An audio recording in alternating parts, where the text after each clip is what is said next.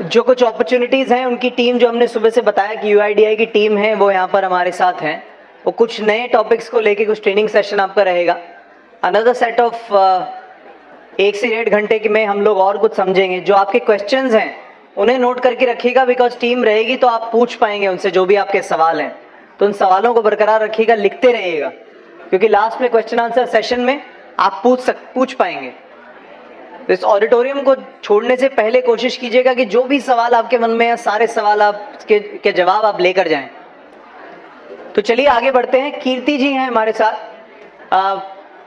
UIDAI team से। मैं उनसे रिक्वेस्ट करूंगा to start with the session. एक बार तालियों के साथ उनका स्वागत करेंगे सभी लोग। सो लंच के बाद नींद आ रही है? Yes, okay. सिर्फ लेफ्ट साइड से तो नो आ गया, लेकिन यहाँ से तो एकदम यस ही आ गई, धीरे धीरे वाली। नींद आ रही है? Very good. Then I will also ensure कि नींद नहीं है। हम basic Aadhaar ecosystem and basic enrolment update and most important exceptional handling के बारे में बात करेंगे, ठीक है? But before we go there, हम उसकी बातचीत करें उससे पहले आप सबका एक बार फिर से warm welcome in this workshop.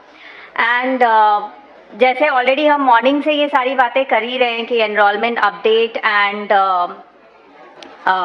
Update process हमारे लिए कितना इम्पॉर्टेंट है, how important it is also कि एज अ सोशल वर्क भी ये कितना इम्पॉर्टेंट है, राइट? सो ये करने से पहले हमें बेसिक प्रोसीजर्स पता होने बहुत इम्पॉर्टेंट है कि लॉगिन कैसे है, लॉगिन के बाद हमारा एनरोलमेंट किट जो है या हमारा जो कंप्लीट आधार किट है उसमें क्या क्या है और उसके कंडीशनिंग्स क्या है। All that is what we will discuss. काफ़ी चीज़ें हैं जो इसमें से आपको भी पता होंगी, तो I may ask questions as well, ठीक है? So going on with the first thing, Aadhaar. So when we say this Aadhaar, हम सब जानते हैं कि what this Aadhaar card is. तो आधार कार्ड में ये जो 12 डिजिट नंबर है ये क्या है, कोई बता सकता है? Perfect, yes, it is a unique identification number and specially जो 12th डिजिट है, right? So 12th digit is again unique. But ये नहीं है कि कोई भी 12 नंबर जो हैं वो हमारे आधार नंबर हो सकते हैं, right? So that is what is the basic thing about Aadhaar. So let's say अगर मैं कह दूँ मेरे पास आधार है तो क्या मैं इंडियन सिटीजन हो गई? No, exactly, it doesn't indicate the citizenship, but yes, it is one of the proofs given by government of India, authorized by government of India, लेकिन ये मेरा citizenship का right या citizenship का proof नहीं है। Going forward, yes, when I say that कि ये मेरा citizenship का proof नहीं है, तो अगर मैं इंडिया में more than 180 डेज या सॉरी मोर देन 190 डेज अगर मैं इंडिया में रही हूँ तो क्या मुझे आधार कार्ड मिल सकता है? फेयर, मतलब आप सबको नींद नहीं आ रही है। ओके, सो आधार एनरोलमेंट इकोसिस्टम में कौन कौन हैं जो इन्वॉल्व हैं? सो ऑफ कोर्स सबसे पहले तो operators, supervisors, enrolling agencies, and who is the most important one in this? Exactly, अगर रेसिडेंट नहीं है तो आधार कार्ड का रिक्वायरमेंट ही नहीं है। So resident is of course the most important one. Verifier है, ऑपरेटर, सुपरवाइजर है, एनरोलिंग एजेंसीज हैं and the registrar as well. So all this together makes the enrolment ecosystem, Aadhaar enrolment ecosystem. थोड़ा सा हम इसके एनरोलमेंट प्रोसेस को देख लेते हैं कि what is the enrolment process. Sorry, before I go there, so enrolment process के लिए अगर एक रेसिडेंट हमारे पास आता है तो सबसे पहले हम क्या करते हैं? हम उनसे डॉक्यूमेंट्स लेते हैं, ओके? और वेरी गुड, एक हम डॉक्यूमेंट्स लेते हैं और क्या करते हैं? एनरोलमेंट फॉर्म फिलअप करवाते हैं, very good. And biometrics, demographic details वगैरह चेक करते हैं, गुड, ग्रेट। एज वेल हमने कुछ बिहेवियरल एस्पेक्ट्स में भी देखा था। हमें ये भी ध्यान देना है कि अगर कोई सीनियर सिटीजन्स हैं या कोई ऐसे हैं जिन्हें हेल्प की ज़रूरत है, तो सबसे पहले हमें उन्हें भी बैठने को कहना है या पानी भी हम ऑफर कर सकते हैं. That could be the first one. उसके बाद हम एनरोलमेंट फॉर्म फिलअप करेंगे. But yes, the first is हम एनरोलमेंट फॉर्म फिलअप करने के बाद we will check upon the details कि उनके पास जो प्रूफ्स हैं उसमें क्या डिटेल्स लिखे हैं. And then we capture the proof of identity, proof of address, proof of relationship if required, and the proof of birth. All that details capture करने के बाद we capture the biometric details and the ये सारा हमने capture तो कर लिया. उसके बाद क्या होगा? We have captured everything. हमने सारा कुछ system पे ले लिया. चेक कर लेना है. Very good. That is what we call it as review. And after the review a 28 digit EID is created, that is the acknowledgement. So one person comes to me and tell, मेरे पास एक इंसान आता है और कहता है कि मेरे पास तो acknowledgement है, मतलब कंफर्म मुझे आधार कार्ड मिल गया. नहीं, it is only the acknowledgement, correct. So ये सिर्फ एक एक्नॉलेजमेंट है एंड ये सेम चीज़ हम रेसिडेंट को भी बता सकते हैं कि ये एक्नॉलेजमेंट है. This is only use as an acknowledgement. इसे आधार कार्ड की तरह इस्तेमाल ना किया जाए, राइट. और ना ही ये हमें कंफर्म करता है कि आधार कार्ड मिल जाएगा. लेकिन क्या हो सकता है, क्या रीजन है एक्नॉलेजमेंट से आधार कार्ड नहीं बनेगा? QC check. Yes, so QC check हो सकता है, कुछ डॉक्यूमेंट्स इनकरेक्ट हो सकते हैं कुछ फिलअप करते समय, जैसे इससे पहले सर ने बताया था कि हम कुछ मिस कर गए हैं, पॉसिबली एक फ़ोटो बराबर नहीं गया है या फ़ोटो कैप्चर करते समय उस इंसान का फेस बराबर नहीं आया है. Many such things can happen, right. So yes, all that will be checked under the QC and then the final Aadhaar will be issued. So capturing the enrollment form, acknowledgement का print and capturing the enrollment form and finally the consent form. So that is the basic process. उस process को हम थोड़ा और आगे detail में देखेंगे. But before that हमारी enrollment का जो सेंटर है उसका layout and उस kit में what all should be there. तो क्या क्या चीज़ें हैं जो हमारे लिए required हैं? हमारे एनरोलमेंट सेंटर पर एनरोलमेंट किट में क्या क्या होना चाहिए? Laptop, yes, very important. GPS, yes. Biometric, iris, printer, extra monitor, yes. Camera, very good. Wheel chair, okay, good, super. लेकिन ऊपर से बिल्कुल आवाज नहीं आ रहा है. दिस शोज दैट कि ऊपर तो ओके आ रही है. Great. Yes, the rate chart, very good, जो आज भी सर ने बताया था. So laptop, the second monitor for the live data verification by the resident. Camera is required to capture the photo.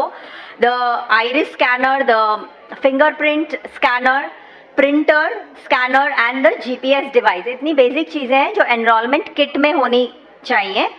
And now that we are talking about the second monitor and the laptop, second monitor का setting कैसे होना चाहिए?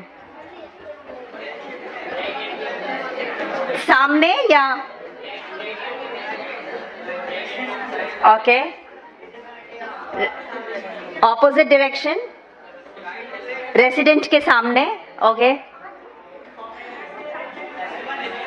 Very good. I think someone said that operator के right hand side में. Yes, so let us see that कि what all are the conditionings into it. First and foremost additional monitor जो है should be placed at 90 degrees angle. So 90 degrees angle will be, yes, generally towards the right side. Enrolment का station should be 10/7 का proper lighting वाला, मतलब proper light आता हो ऐसे room होना चाहिए. Table is required, all that जो बेसिक स्टाफ्स हैं रिक्वायर्ड हैं. ये सारा काम करने के लिए electricity supply is important. Internet connection so that synchronisation, GPS, all that can be done. And the sitting arrangement for the resident. जैसे हमने कहा, सर ने बताया व्हील चेयर वगैरह भी ज़रूरी है. अगर कोई ऐसे स्पेशली डिसेबल्ड या स्पेशली चैलेंज्ड कोई आते हैं तो उनके लिए भी सुविधा हो सकती है. एनरोलमेंट किट में computer which can be either laptop or desktop, camera, all that we discussed before that. Photo के लिए the conditioning as we say background screen white होना चाहिए and GPS. Manpower requirement में we require operator, supervisor and the verifier. Now while we capture this attributes, हम जब ये capture करते हैं एनरोलमेंट के समय, फोटो हमें कैप्चर करना है एंड डेमोग्राफिक डिटेल्स हमें कैप्चर करनी है. डेमोग्राफिक्स के लिए हम डेफिनेटली प्रूफ चेक करते ही हैं. Fingerprints and iris, mobile number and email ID. So ये मेरे ही साथ हुई सिचुएशन है. जब मैं मेरा आधार कार्ड करवाने गई थी तब वहाँ पर जो भी कोई बैठे थे तो मैंने कहा कि ईमेल आईडी, तो बोले मैडम कुछ भी डाल दो, which I still remember. And मैंने कहा कुछ भी, तो मैंने कहा मुझे मतलब I know my email ID, but then उस समय मैं इतना हम यूज़ नहीं करते थे, राइट. सो मैंने कहा नहीं कुछ भी नहीं, मैंने जनरेट ही नहीं करा है तो लीव इट, उसको ब्लैंक रख देते हैं. कहा नहीं मैडम डाल दो ना कुछ भी, जीमेल याहू जो मत पसंद आए डाल दीजिए, लिख दीजिए उधर. And I still remember that, right. Luckily फिर भी ठीक है, मैंने तो उस टाइम पे नहीं लिखा था. लेकिन अगर ऐसे कुछ भी डाल दिया तो क्या होगा? Exactly there will be a misuse. इसलिए बिकॉज वहाँ पर भी जब OTP या ऐसा कुछ जनरेट होता है, आधार OTP, ई साइनिंग की जो आज सर बात कर रहे थे, ई साइनिंग में email IDs also can be utilised and that will be misused. So this is one such incident जो मुझे आज भी याद है. एंड जाने अनजाने भी आज मैं फिर ये 500 लोगों को बोल रही हूँ, विच मीन्स और 500 लोगों तक ये भी माउथ पब्लिसिटी हो जाती है कि कोई कहीं बैठा, ये गलत नहीं कह सकते लेकिन एक नेग्लिजेंसी था, right. So mobile numbers and email ID, यहाँ पर भले ही हम बता रहे हैं कि ये ऑप्शनल है, लेकिन प्लीज़ एंश्योर कि ये हो तो सही लिखें. लेकिन सिर्फ लिखने के लिए नहीं लिख देंगे, ठीक है नाम है कीर्ति तो कीर्ति डॉट मदलानी करके कुछ भी डाल दिया, याहू या ऑर्कुट या जीमेल या whatever, right. So after that ये email IDs, mobile number and demographic details capture करने के बाद we check for the uniqueness, right. So यहाँ पर ये खास चेक किया जाता है कि ये फिर से मतलब पहले से ऑलरेडी ये सिस्टम में है या नहीं है, right. So that is why we check that. Then coming on to new enrollment and update. So new enrollment के लिए एक इंसान कितनी बार आएगा हमारे पास? एक ही बार आएगा. There is no possibility कि new enrollment के लिए मैं बार बार आऊँ. मेरा जन्म एक ही बार हुआ है, right?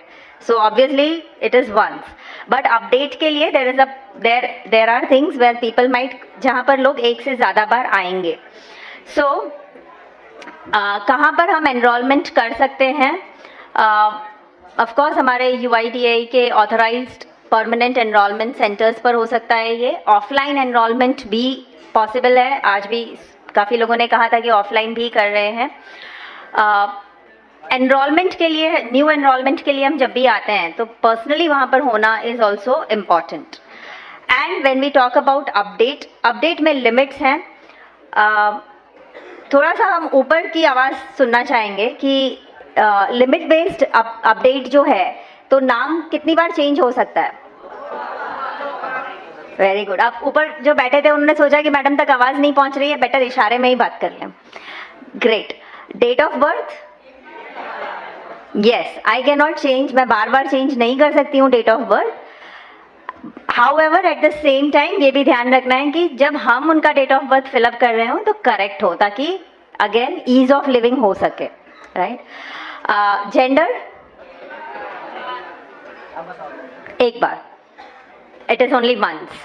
So multiple times address, mobile and email updates are permitted, लेकिन डॉक्यूमेंट्स का proof is required and biometric capture होगा, राइट. फिजिकल अपीयरेंस अगेन यहाँ पर एनरोलमेंट अपडेट के लिए भी इम्पॉर्टेंट है.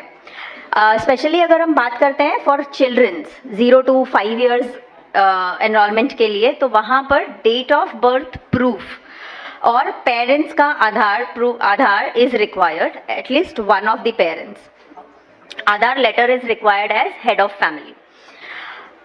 So going forward, when we talk about this enrollment, new enrollment update, new enrollment and update, so we have two things. operator client में we have ECMP and CELC. ECMP है enrolment client multi platform, जहाँ पर new enrolment या update के लिए हम उसे इस्तेमाल करते हैं, specially demographic biometric updates and even offline भी ECMP काफ़ी इस्तेमाल हो रहा है। CELC name itself says it is for child enrollment. Again it is a software जहाँ पे हम enrollment कर सकते हैं. Mobile and email also can be updated. It is a single finger device. Now online services पर भी हम ये काफ़ी चीज़ें हैं जो कर सकते हैं. That is nothing but my Aadhaar portal. So अगर मैं सेंटर पर जाकर नहीं करना चाहती हूँ, I can do it online as well. But minor name में सम माइनर चेंजेस हैं, डेट ऑफ बर्थ है या जेंडर एड्रेस, ये updates can be done. So as we say enrolment and update. तो एनरोलमेंट किस किस टाइप का होता है? Enrolment either will be document based, जहाँ पर मेरे पास सभी डॉक्यूमेंट्स अवेलेबल हैं, मेरे identity, address proof, and if I am giving a address proof of someone else, then I will require a relationship proof that will be HOF based, head of family based, या फिर introducer based, या फिर child enrollment होगा. अगर child enrollment है तो that will be also one separate category. And update type will be demographic updates या फिर biometric updates. Yeah. सब लोग ध्यान दें, आप लोग को एक ये फीडबैक फॉर्म मिला होगा. सबको मिल गया फीडबैक फॉर्म? तो अब इसमें जो भी फील्ड्स हैं, एक ऑपरेटर नेम होगा, ऑपरेटर आईडी होगी, date of training, location, regional office, mobile number, email ID, ये सब फिल करना मैंडेटरी है. ठीक है, ये सारे आपको वो फील्ड जो है फिल करने. लोकेशन में आप लिखोगे न्यू दिल्ली, और रीजनल ऑफिस में भी क्योंकि इसी जगह पे हो रहा है, ठीक है, तो न्यू दिल्ली रहेगा. उसके बाद आपको रेटिंग के लिए आप देखो सेशन फीडबैक पे ये 8 मॉड्यूल के लिए आपको मिले हैं रेटिंग्स मिले हैं 5 being excellent and 1 being poor. इसके बीच में 4 है वेरी गुड है, 3 गुड है, 2 फेयर है. तो इस क्राइटेरिया के हिसाब से जो भी आपको लग रहा हो कि जो भी सूटेबल फीडबैक है, तो आप उस बॉक्स में टिक मार्क करोगे. और सेम चीज़ लागू होती है पैरामीटर्स रेटिंग के लिए भी. Achievement of training objective, training content, course length, participation, presentation and sustainability. तो आपको जो भी लगता है कि अगर आपको लगता है कि अचीवमेंट ऑफ ट्रेनिंग ऑब्जेक्टिव हो गया है, उस हिसाब से अपने हिसाब से आप फीडबैक फिल करोगे, आप टिक मार्क करोगे. और अगर कोई सजेशन है, कोई क्वेश्चन है, कोई क्वेरी है, तो नीचे बॉक्स दिया हुआ है. आप इस बॉक्स में अपने फीडबैक, सजेशन, क्वेरी जो भी आपके मन में है, जो भी दिमाग में है, आप यहाँ पे उसको लिख सकते हो, नोट डाउन कर सकते हो, जिससे कि बाद में हम ड्यू डिलिजेंस से जो है उसका आंसर या जो भी हो, अगर हमें कुछ इंप्रूवमेंट्स करना अपने ट्रेनिंग मॉड्यूल प्रोग्राम में, तो हम कर सकें. ठीक है, सबको आ गया समझ में? Okay, thank you. So by the time आप फीडबैक फॉर्म्स फिलअप कर रहे हैं, we will continue with this as well. इसे भी हम कंटिन्यूएशन में ही रखेंगे. सो एनरोलमेंट अपडेट प्रोसेस में हमने जैसे पहले ही कहा था कि first we will fill up the form, then the resident. अगर रेसिडेंट को कोई डिफिकल्टी है तो क्या हम फॉर्म फिलअप कर सकते हैं? Yes, no?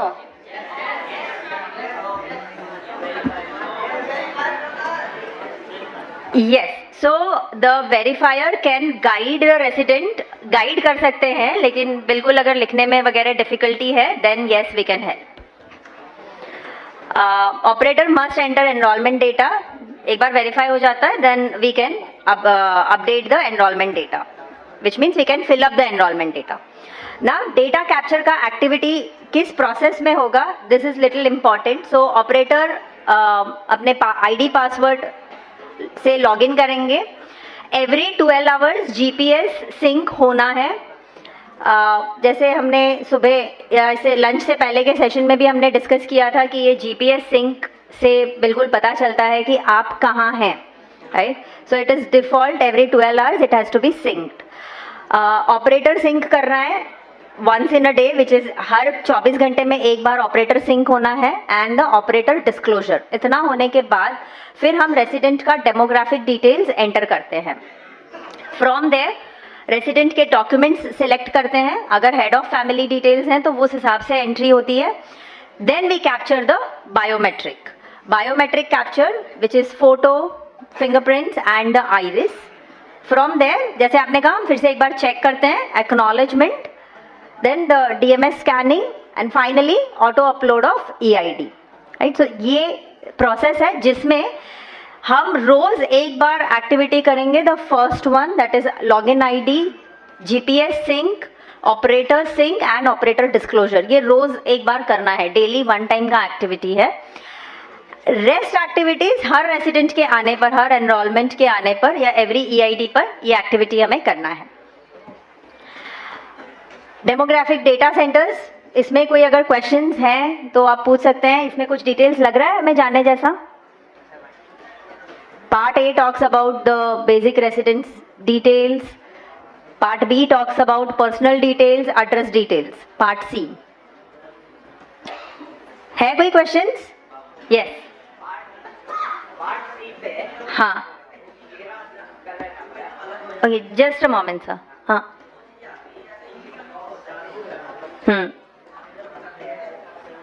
अपडेट के लिए डालते हैं तो उसमें लिखा हुआ आता है कि आपका इंग्लिश में ही अपडेट होगा पूरा का पूरा, तो उस वजह से कई बार वो रिजेक्ट भी हो जाता है ट्रांसलेशन सिस्टम की वजह से। हाँ, और कई बार इंग्लिश की जगह हिंदी में कन्वर्ट जो होता है बहुत सारा अलग ही पूरा लैंग्वेज होती है, इसको हमें फिर अलग सॉफ्टवेयर के थ्रू करना पड़ता है, उसका मैम कैसे? ठीक है। सो दिस, ये जो क्वेश्चन है related to this part C, आप जो ट्रांसलिट्रेशन का कह रहे हैं इंग्लिश टू हिंदी का, that we will take up when we do the Q&A session. तब तक के लिए please park it. I was saying it question in the terms कि यहाँ पर कोई ऐसी चीज जिसको हमें डिटेल में जाना है, sorry, yes, we will take it in Q&A, yes. So what you said, right, part A हम यहाँ पर जैसे आप देख रहे हैं लैंग्वेज का, we have one more sign over there, right. So possibly उस वजह से होता होगा, but I think Q&A session में will take it in detail. Personal details fill up करते समय we talk about all the details, the name of the resident, date of birth, age and so on, gender. C, part C में हम बात करते हैं contact details की, that is address as per the proof of address that is given, pin code again as per the proof, exact post office and confirm. Local language के लिए जो आप बता रहे थे ट्रांसलिट्रेशन एरर्स, सो आइदर हम Google use कर सकते हैं, लेकिन जब हम गूगल यूज कर रहे हैं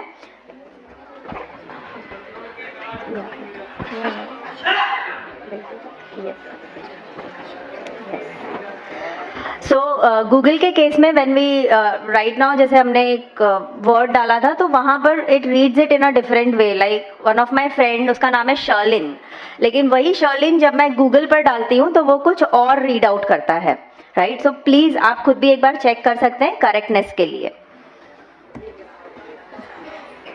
सो अगेन रेसिडेंट के रेफरेंस डॉक्यूमेंट्स जो स्क्रॉल डाउन लिस्ट में दिए हुए हैं, उन्होंने जो सबमिट किया है उसके हिसाब से आपको अपलोड करना है। क्या डेट ऑफ बर्थ के लिए उन्होंने क्या प्रूफ दिया है, एड्रेस के लिए क्या दिया है, आइडेंटिटी प्रूफ क्या सबमिट करा है। Further when we talk about biometric data capture के लिए करेक्ट पोस्चर में बैठना है, एंश्योर दैट कि चेहरे पर ज़्यादा स्माइल या वन साइडेड फोटो या सेल्फी टाइप का फोटो या कैप के साथ का फोटो ना हो। ये कुछ चीज़ें हैं जो हमें ध्यान रखनी है। चश्मे पहन के मैं फोटो निकलवा सकती हूँ, ओके, इट इज अलाउड। अगर प्लेन ग्लासेस हैं तो ठीक है, ठीक है, लेकिन अगर मैं गॉगल्स पहनकर निकालना चाहती हूँ, सन ग्लासेस पहनकर फोटो क्लिक करवाते हैं, that will B into a rejected part. Operator shall capture the fingerprints as said, left 4, right 4 and then the 2 thumbs. हाँ, इन केस अगर लोअर बायोमेट्रिक क्वालिटी है, जैसे हम बात कर रहे थे मॉर्निंग में कि अगर क्वालिटी इज लो, तो उस समय we can do a force capture, right. So maximum limit जो हमारे सिस्टम की है इज 4 टाइम्स। सो 4 टाइम्स के केस में we can capture it in that way, अगर पहली बार हमें लग रहा है कि the quality is not good. Same will happen for the iris data capture के लिए भी सेम ही चीज होगा। In case of low iris quality we can go for, हम फोर्स कैप्चर के लिए परफॉर्म कर सकते हैं, फोर्स कैप्चर हम ले सकते हैं, लेकिन मिक्स आइरिस कैप्चर नहीं करना है, विच मीन्स किसी और का आइरिस कैप्चर करके अपलोड कर दिया, वो नहीं करना है। रिव्यू एंड कंफर्मेशन, एक बार हमने जो भी कुछ अपलोड कर दिया है just review it. Once the review is done, आपको वहाँ पर कलर्स के हिसाब से दिखाई देगा. Red colour which will indicate कि कहीं पर एरर है, ग्रीन विल इम्प्लाई दैट कि सब कुछ बराबर से कैप्चर हो गया है, and orange will say that कि हम जिस स्क्रीन पर हैं वो स्क्रीन अभी तक कंप्लीट नहीं हुआ है, rest all is completed, right. So please check upon the colour and once it is all green then we can go ahead with the review. So review screen पर again हम ये सारी details एक बार resident को भी दिखा सकते हैं. रेसिडेंट चेक करके कंफर्म कर सकते हैं. Once resident is confirming it then the biometric update will be generated. एक बार रेसिडेंट ने कंफर्म कर दिया फिर हम वापस जा सकते हैं? No, we can not roll back. So review and confirmation of captured data में this is how the review will be done. Then the operators finger and अगर HOF का है तो HOF's fingerprint and further we can click on save. Acknowledgement के लिए please generate the receipt in a regional language. So अगर वहाँ पर चाहते हैं तो हम हिंदी या वहाँ की लोकल लैंग्वेज में प्रिंट करा सकते हैं, अदरवाइज डिफॉल्ट में इंग्लिश में प्रिंट होगा. Click the print button and finally the acknowledgement will be there. Consent for enrolment we can click there and the process, the basic process is done. Acknowledgement printing के बाद signature of both the resident and the operator is done. Then we can attach the documents. So we can click on print attach documents का tab. Documents attach करने के बाद which means scanning the documents again, वहाँ पर हमें ध्यान देना है कि कहीं पे हम mistake ना करें. Then coming on the fees part, काफ़ी बार डिस्कस हो गया है, so I'll not go in detail. We know कितना फीस है, this is inclusive of GST जो पहले ही डिस्कस हो गया है. Yes. Then the complete process flow कि कहाँ कहाँ पर सो ये पैकेट जब रेडी हो जाता है, the first step as we say the packet is completed which has all the details demographic and biometric along with the documents. This goes this packet is auto uploaded from client application, reaches to Aadhaar processing, that is at the data center. वहाँ पर डीडुप्लीकेशन check होगा कि ये already details किसी और के नाम से तो नहीं है. फ्रॉम देयर द रेसिडेंट का डॉक्यूमेंट्स वैलिडेशन होगा कि डॉक्यूमेंट्स बराबर मैच कर रहे हैं या नहीं, and that's where generation of Aadhaar या update of Aadhaar is done. From there resident को SMS जाता है या इंटीमेशन जाता है कि आपका आधार अपडेट हो गया है या Aadhaar enrolment is done, and further the resident will receive it in maximum 90 दिन के समय में रेसिडेंट अपना आधार रिसीव करेंगे. उसके बाद आता है, उसके बाद रेसिडेंट जो है वो ऑनलाइन भी आधार की काफ़ी सारी सुविधाएं ले सकते हैं, जैसे कि वो अपडेट कर सकते हैं, अपने आधार को प्रोटेक्ट भी कर सकते हैं, वर्चुअल IDs भी क्रिएट कर सकते हैं. अब ये हम आपको क्यों बता रहे हैं, अगर रेसिडेंट ये ऑनलाइन भी कर सकते हैं तो आपको क्यों बता रहे हैं हम? एग्जैक्टली, हर किसी को ऑनलाइन के बारे में नहीं पता है, एंड पॉसिबली अगर कोई रेसिडेंट वहां पर आ रहे हैं जो कह रहे हैं कि हम दूसरी बार नहीं आ सकते हैं, अगर कुछ काम होगा तो क्या होगा. सो this is also one extra service, ये नॉलेज आप उन्हें दे सकते हैं बिकॉज ये नॉलेज अब आपके पास है.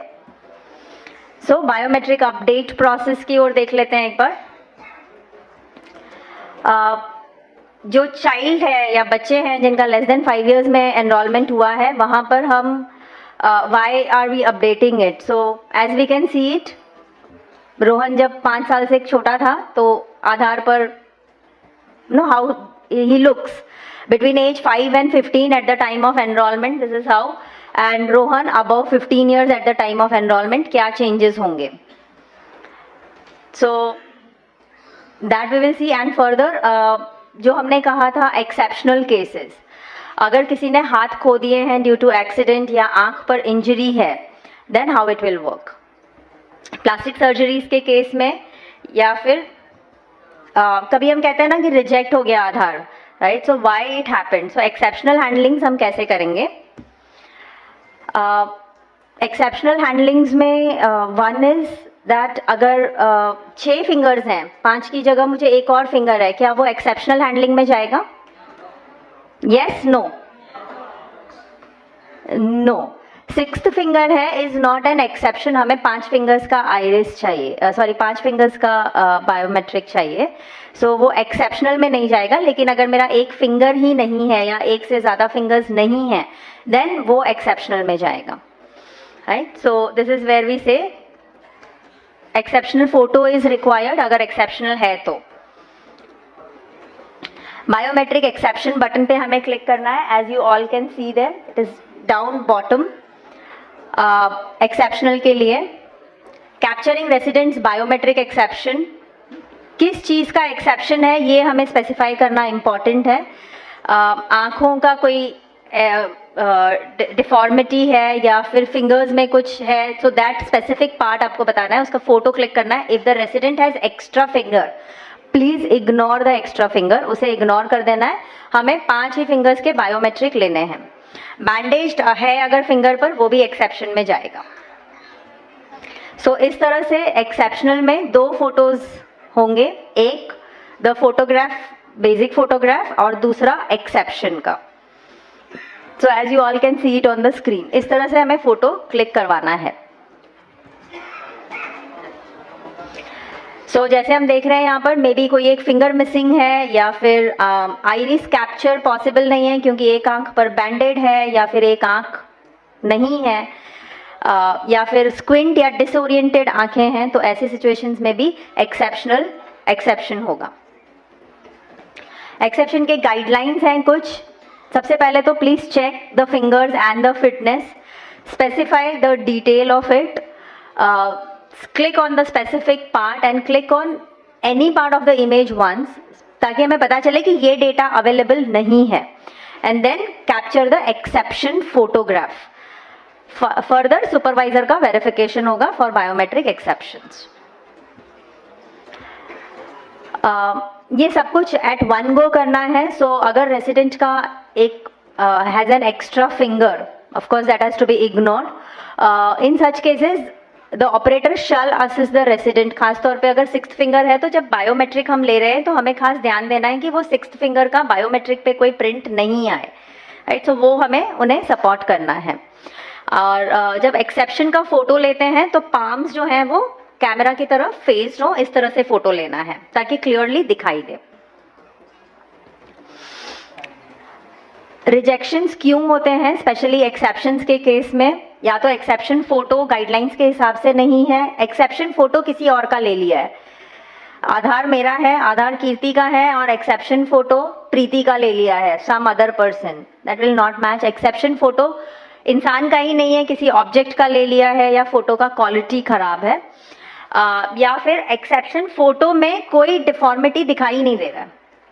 जैसे अभी हमने कुछ देर पहले कहा था कि जस्ट बिकॉज एक फिंगर का बायोमेट्रिक नहीं आ रहा है हमने उसे एक्सेप्शन में डाल दिया। तो अगर आप एक्सेप्शन फोटो देखेंगे तो ये बराबर है, फिंगर्स भी बराबर हैं, आंखें भी बराबर हैं, so this will go for rejection, right. So please take care of this कि ये नहीं हो। ये कुछ रिजेक्शन के रीजंस हैं, as you can see. Exception photo में कुछ भी नहीं है। First is the Aadhaar photo and the second is the exception photo. लेकिन आप देखेंगे तो फोटोज उल्टे लिए हुए हैं। आधार वाले फोटो में हाथ ऐसे कर दिया है और मेन फोटो ठीक लिया है, एक्सेप्शन फोटो जो है वो आधार के फोटो की तरह लिया है। Exception photos again second row में हमें दिखाई दे रहा है द रॉन्ग बायोमेट्रिक एक्सेप्शंस। तो कुछ इस तरह से फोटोज लिए जाते हैं, पॉसिबली शायद वो भी पोस्ट लंच के बाद होते होंगे।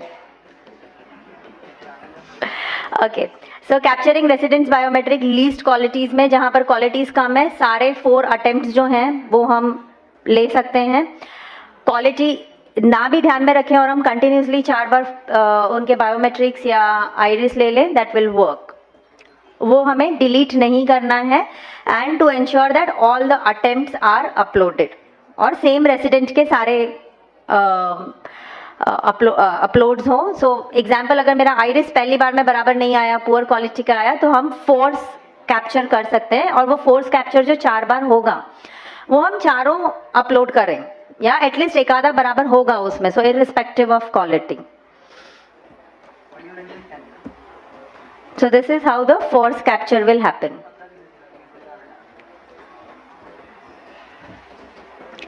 some do's and don'ts, the basic do's and don'ts. Suggestions, जब हम नाम वगैरह देखते हैं तो प्रूफ डॉक्यूमेंट्स के साथ मैच किया जाए.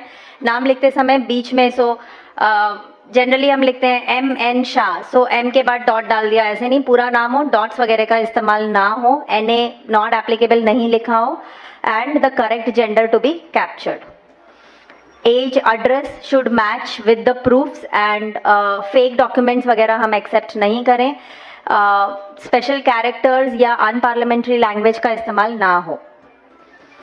फोटोग्राफ बराबर लाइट में लिया जाए, एंड फोटो का फोटो नहीं लिया जाए.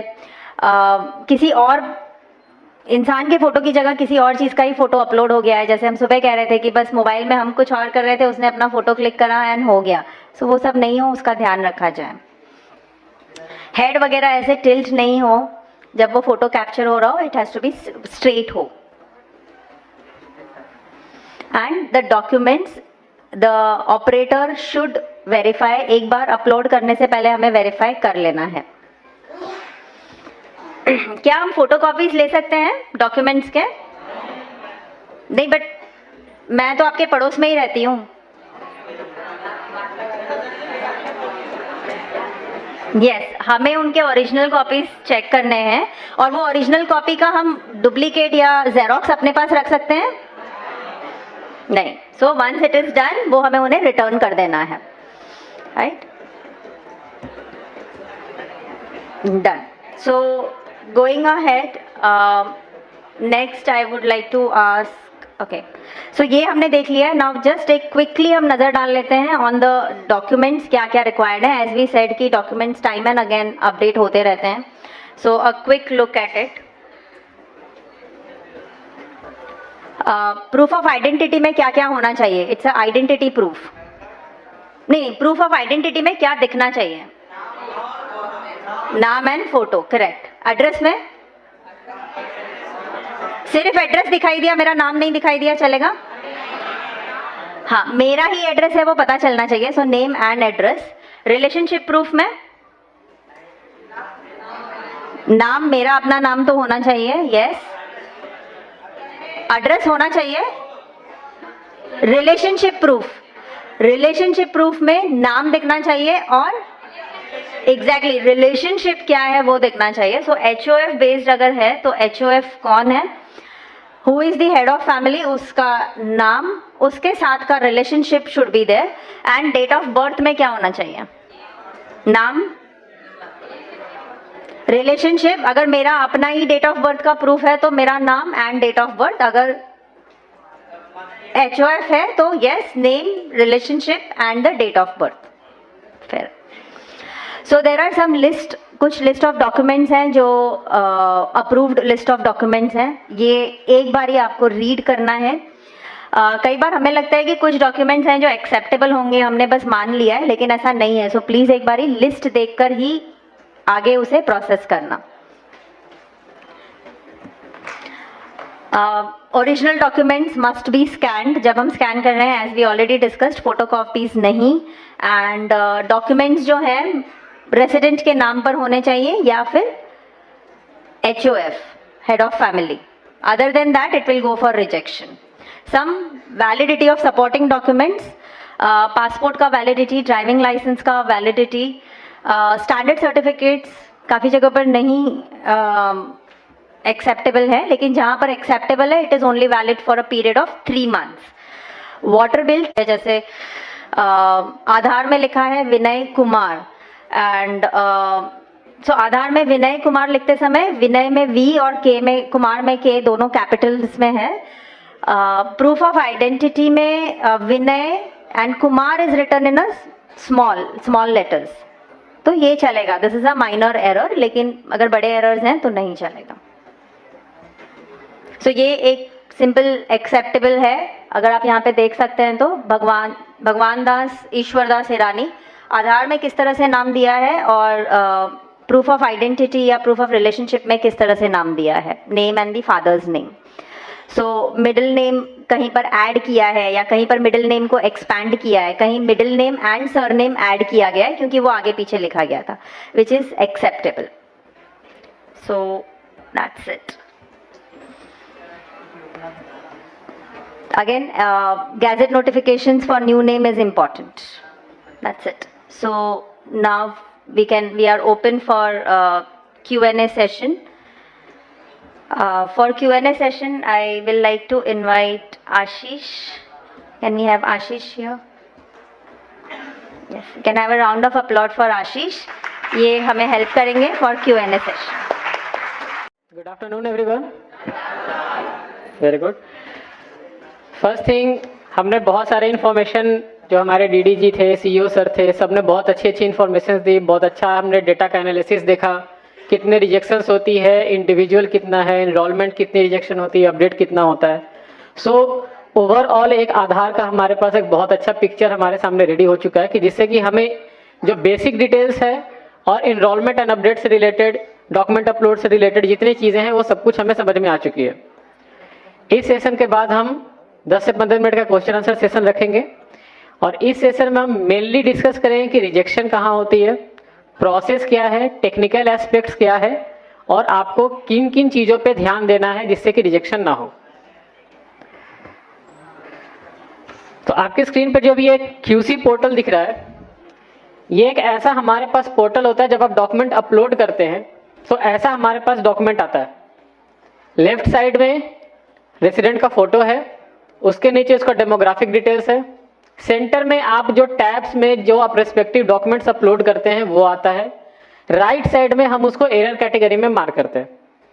अगर सब कुछ सही है तो करेक्ट, अगर किसी भी एरर में वो फॉल कर रहा है तो हम उसको उस एरर कैटेगरी में मार्क करेंगे. This is how a normal process of the QC will go on. ठीक है, मैं इस चीज को क्यों दिखा रहा हूं, आप ऊपर देखिए photo, HOF, POI, POA, POR and POB, ये आपके पास 4 से 5 टैब है.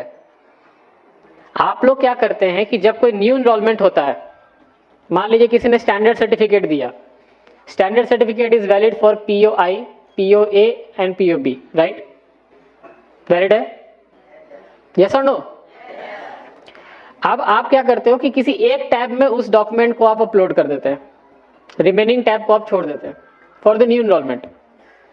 हमारे पास क्या होता है, वो एक टैब में हमारे पास POI आ गया, हम जब दूसरे टैब में गए तो POA है ही नहीं, POB है ही नहीं. हम क्या करें उसको फिर? Ultimately we have to reject that packet. हमको उसको अल्टीमेटली रिजेक्ट करना पड़ता है उस इनरोलमेंट को. मैं इसको क्यों आपको बार बार ध्यान दिला रहा हूं, क्योंकि आप जब भी कोई इनरोलमेंट करो, कोई भी न्यू इनरोलमेंट हो, अगर एक ही डॉक्यूमेंट सारे टैब्स में एप्लीकेबल हो रहा है तो आप उसको उतने बार स्कैन करके उतने टैब्स में आप अपलोड करो.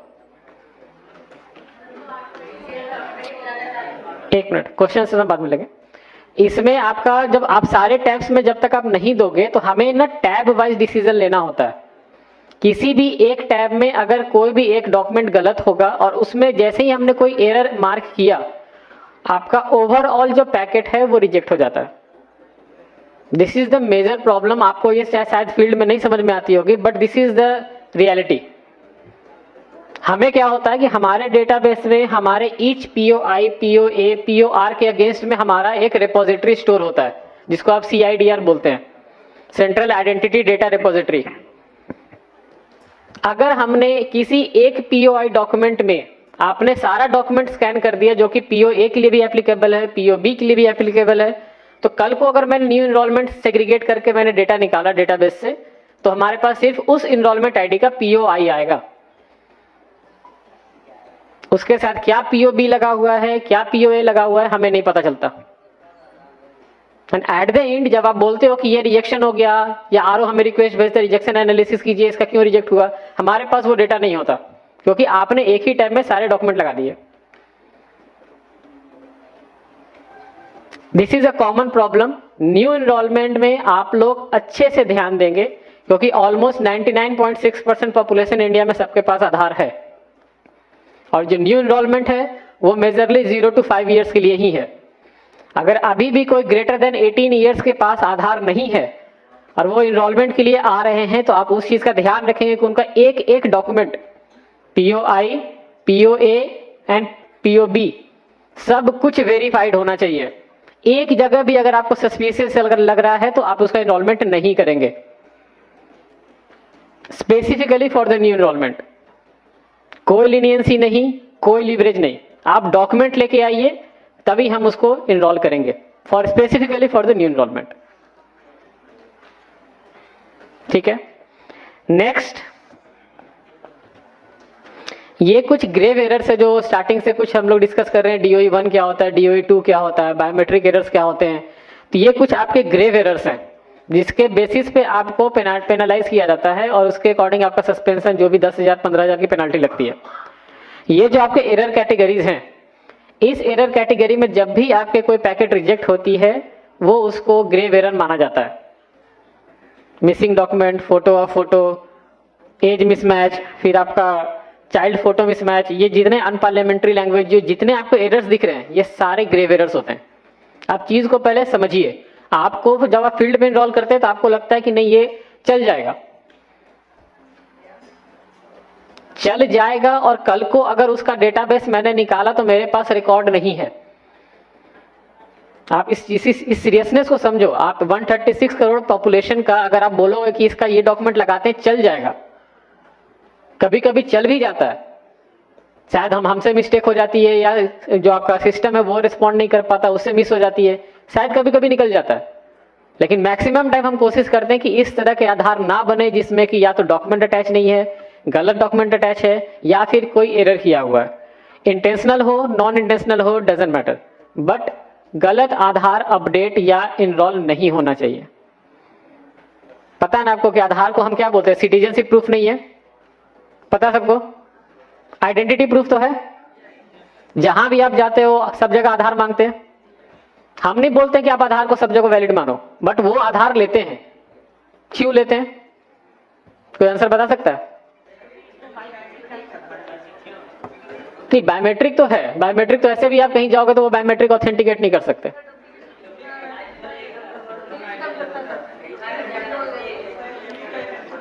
डुप्लीकेसी, ठीक है। डुप्लीकेसी पे मैं आपसे क्वेश्चन पूछता हूं। मैंने अगर HOA बेस्ड इनरोलमेंट करवाने के लिए मैं आया हूं, ठीक है, मेरे पास एक रेसिडेंट रहता है, मैं HOF उसका इनरोल करवाने आया हूं, क्या आप आधार उसका वेरीफाई करते हो कि ये लेटेस्ट है या पुराना है? कोई करता है? कैसे करोगे?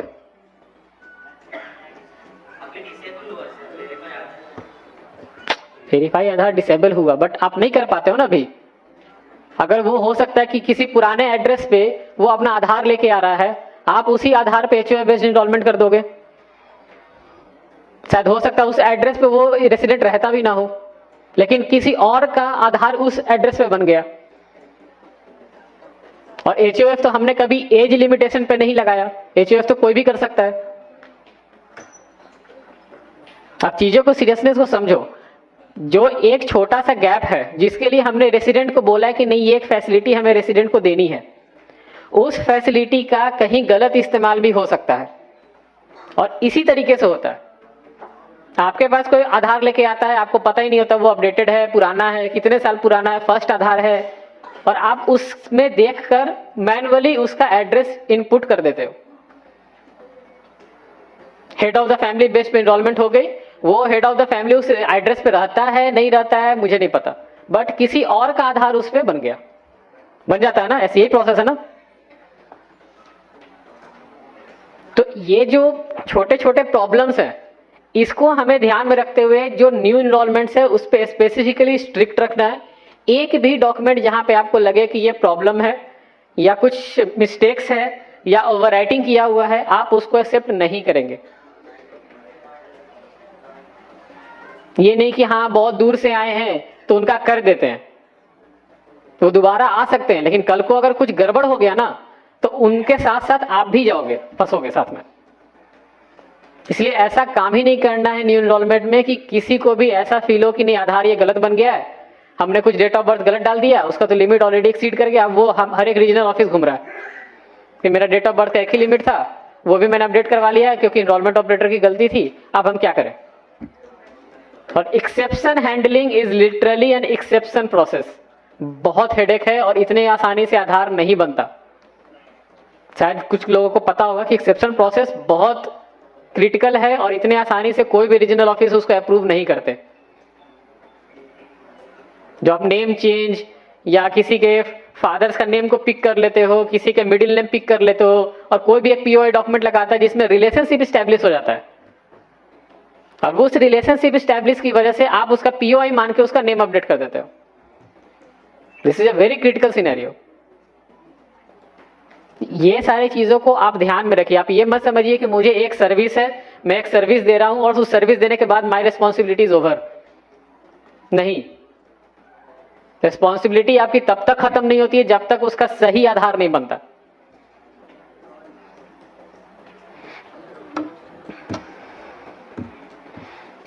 ये देख लीजिए, अगर आप लोग के पास फोन है आप इसका फोटो खींच लीजिए। This is a very critical जो आपका इंफॉर्मेशन है कि DOE 1 क्या होता है, DOE 2 क्या होता है, बायोमेट्रिक क्या होती है, बायोमेट्रिक एरर 2 क्या होता है। ये सारे एरर्स का आप एक फोटो खींच लो, अपने पास रेफरेंस के लिए आप रख लो।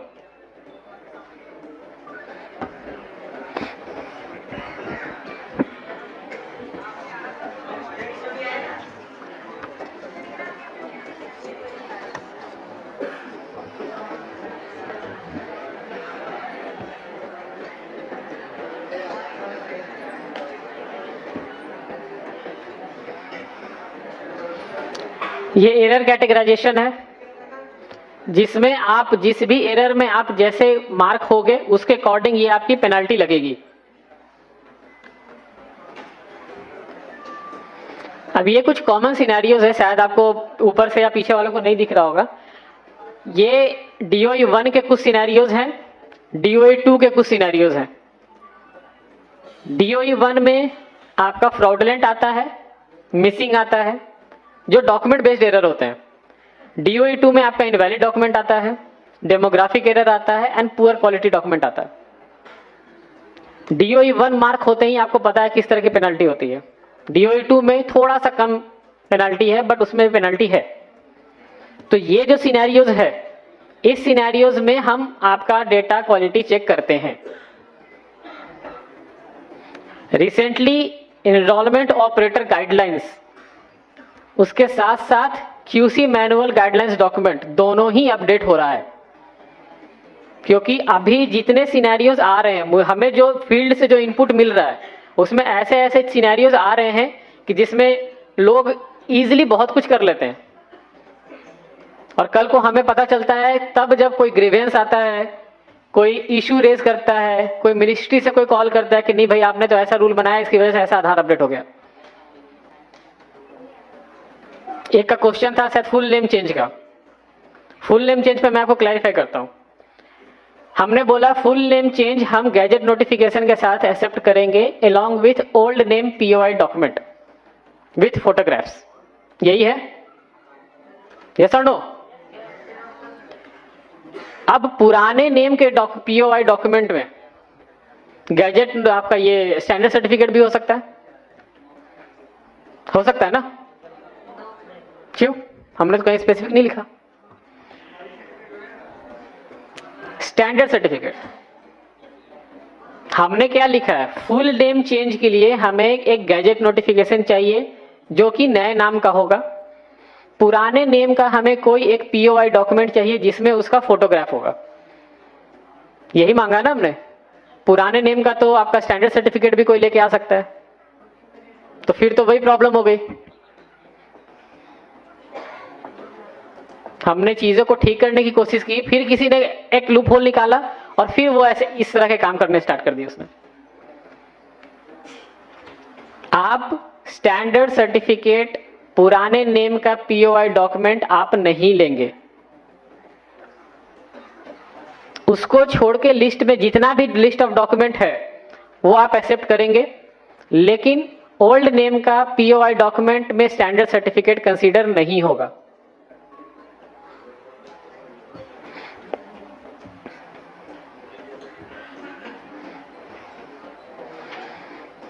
ये कुछ कॉमन मिस्टेक है जो मैं आपको दिखाना चाहता हूं। यहां पे फर्स्ट में है gender photo mismatch. Enrolment operator ने गलती से या इंटेंशनल या non intentional, I don't know, हमें नहीं पता चलता कि वो जानबूझ के कर रहा है या गलती से हो गई है, बट यहाँ पे फोटो किसी मेल का है और वहां पे इनपुट मेरे पास मैसेज आया फीमेल। हम इसको क्या करें, हम अगर इसको DOE 1 में मार्क करेंगे तो आप सस्पेंड हो जाओगे, पेनलाइज हो जाओगे, but we are forced to do दो, हमें वो करना पड़ता है क्योंकि यहाँ पे क्लियर इंस्ट्रक्शन है कि अगर जेंडर फोटो मिसमैच है then this is a DOE 1, this is a grave error. Second है एज फोटो मिसमैच, यहाँ पे जो फीमेल है उनका फोटो देख के लग रहा है कि अप्रोक्सीमेटली 15 to 20 ईयर्स होगा मैक्स, एज जो मेरे पास आया है वो है 81 years.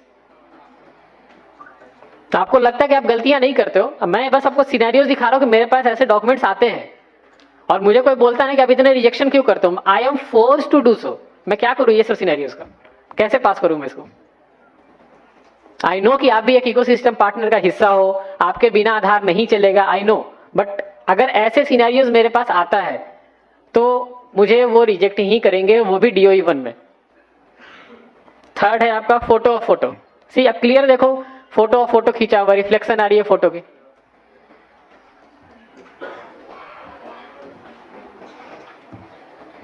Unparliamentary language, human photo missing, देखो कुछ भी फोटो डाला हुआ है वहां पे। अगर इस पे आधार बन जाता है तो फिर से कल को वही होगा कि हनुमान जी का फोटो आधार बन गया, भगवान का आधार बन गया, किसी और का आधार बन गया, फिर आप हंसोगे बोल के ये कि देखो किसी का भी आधार बन जाता है। क्यों बन जाता है? क्योंकि हम ही गलती करते हैं, वो शायद हम उसको रिजेक्ट नहीं कर पाए और आपने उसको हमें फोर्सफुली भेजा कि आप इसको देखो, हमसे मिस हो गया और वो जनरेट हो गया।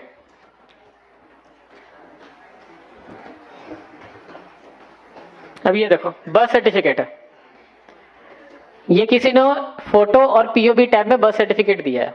बर्थ सर्टिफिकेट में जो रेड से सर्कल किया हुआ है वहां पे किसी ने मशीन से टाइप करके ओवरराइट किया हुआ है।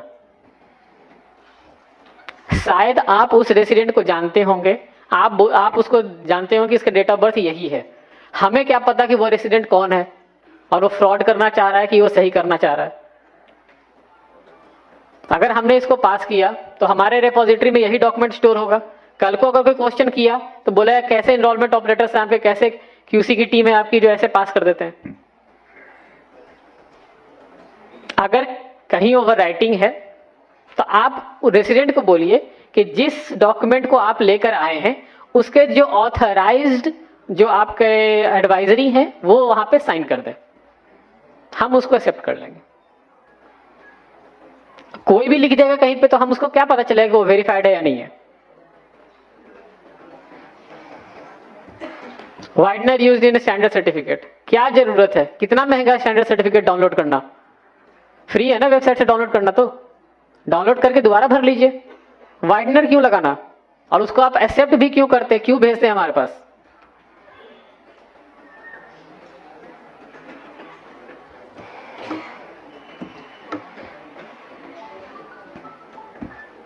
सर्टिफाइड डिटेल्स में पूरा ओवरराइटिंग करके दोबारा लिखा हुआ है।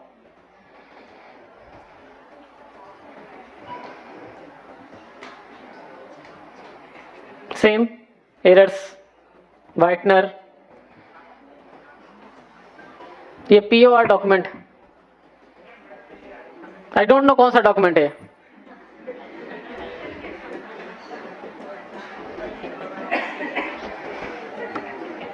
ये देखो क्या है, ये आधार बनवा रहे हैं या क्या कर रहे हैं?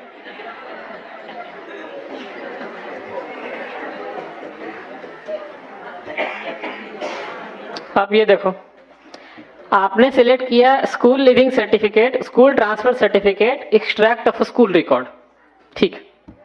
डॉक्यूमेंट क्या है, कोई पब्लिक माध्यमिक विद्यालय है, उसमें एक्सट्रैक्ट लिखा हुआ है, साइन किया हुआ है, और ये डॉक्यूमेंट हमारा अप्रूव्ड लिस्ट में हम मानते भी नहीं है इसको।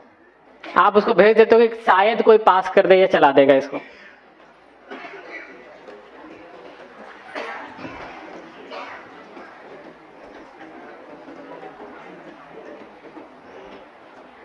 आधार में आधार देते हैं आप, मैं आधार का एड्रेस देके आधार का एड्रेस कैसे अपडेट करूं?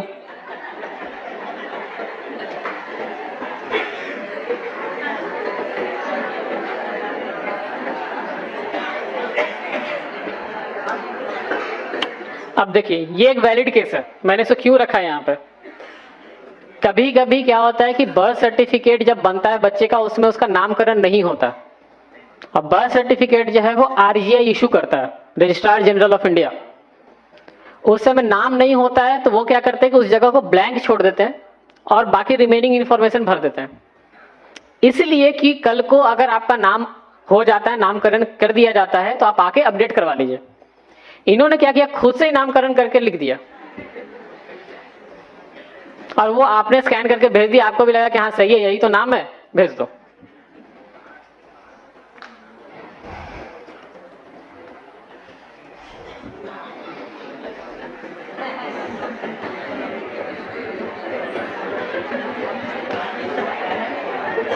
अब आप किसी का यूपीआई पेमेंट करोगे, उसके ट्रांजैक्शन हिस्ट्री से निकाल के स्क्रीनशॉट भेज दोगे आप, और कैसे आप उसको एक्सेप्ट करते हो, आई डोंट नो।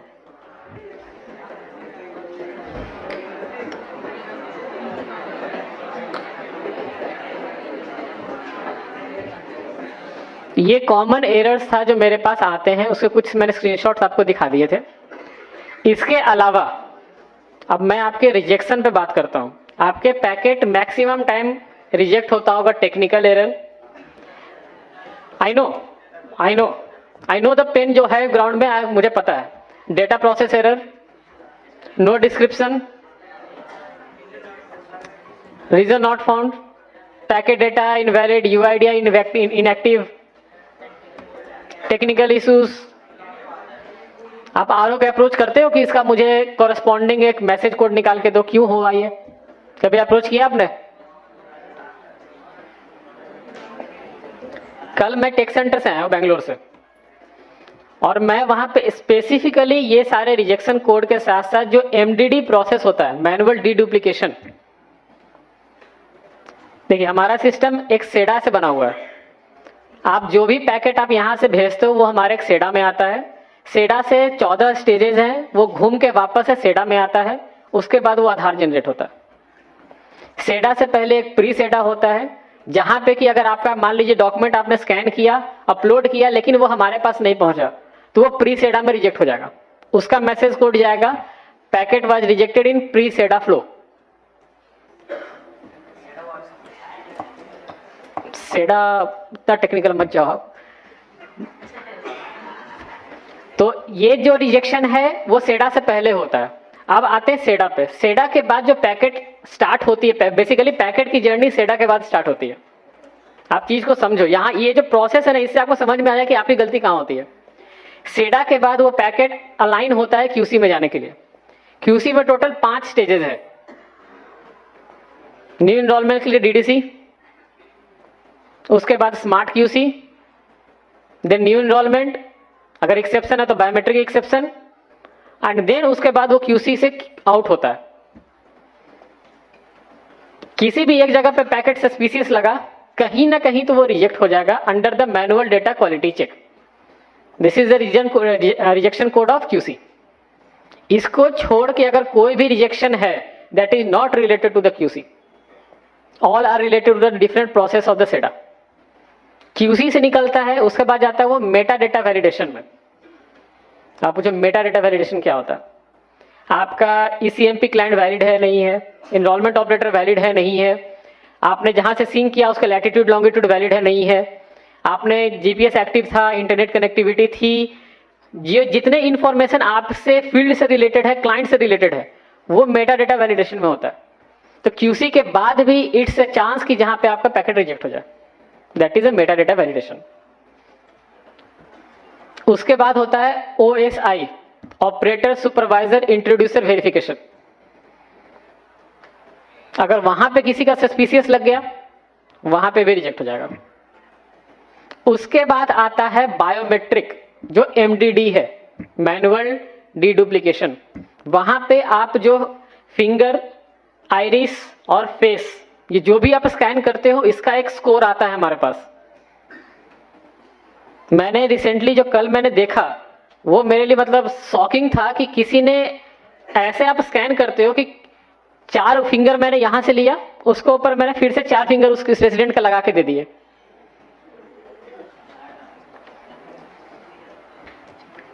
ये मैंने आंखों से देखा कि ऐसे पैकेट वहां पे आते हैं। आप क्या करते हो, स्कैनर ठीक से साफ नहीं किया आपने, एक के बाद एक, एक के बाद एक, एक के बाद एक, वो कंटिन्यू उसी पे फिंगरप्रिंट आप ले रहे हो, धीरे धीरे उसका स्कोर कमता जाता है और बायोमेट्रिक मैचिंग में वो रिजेक्ट हो जाता है।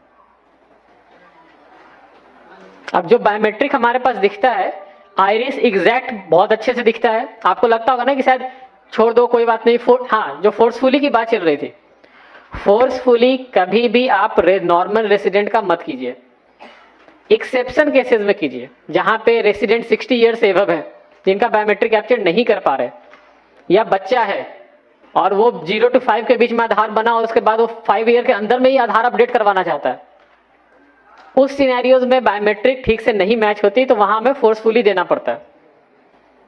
लेकिन जो नॉर्मल रेसिडेंट है, जो 30 साल का है, 20 साल का है, 40 साल का है, उसकी बायोमेट्रिक सब कुछ सही है, कोई प्रॉब्लम नहीं होती, बट वहां पे जब आप फोर्सफुली डालते हैं ना, तो एमडीडी में वो दिखता है कि ये फोर्सफुली डाला हुआ है और इसकी रिक्वायरमेंट नहीं थी, और उसका स्कोरिंग होता है 2, 3, 17, 19 आउट ऑफ 100, वो वहां रिजेक्ट हो जाता है। आप सिस्टम के ना कॉम्प्लेक्सिटीज को समझो कि 136 करोड़ पॉपुलेशन के डेटाबेस को संभालना इतना आसान नहीं है, और ये जो जितने स्टेजेस हैं, ये सारे स्टेजेस मैनुअल भी हैं और ऑटोमेटेड भी हैं, कहीं ना कहीं तो एक पैकेट फंसी जाता है। अब आप ऐसा मान लो कि मैंने अगर ये इस कोड में रिजेक्ट किया कि आपका लेफ्ट फिंगर का, लेफ्ट हैंड का जो फर्स्ट फिंगर है वो मैच नहीं किया ओरिजिनल आपके फिंगरप्रिंट से, इसलिए मैंने रिजेक्ट कर दिया। ये मैं रेसिडेंट को अगर मैसेज भेजूं तो रेसिडेंट क्या बोलेगा कि मुझे इससे क्या मतलब है? ये आपकी परेशानी है, ये हमारी परेशानी है। This is not a resident headache. वो वहां पे technical issues, data process error, वो वहां पे उस तरह के कैटेगरी में रिजेक्ट होते हैं।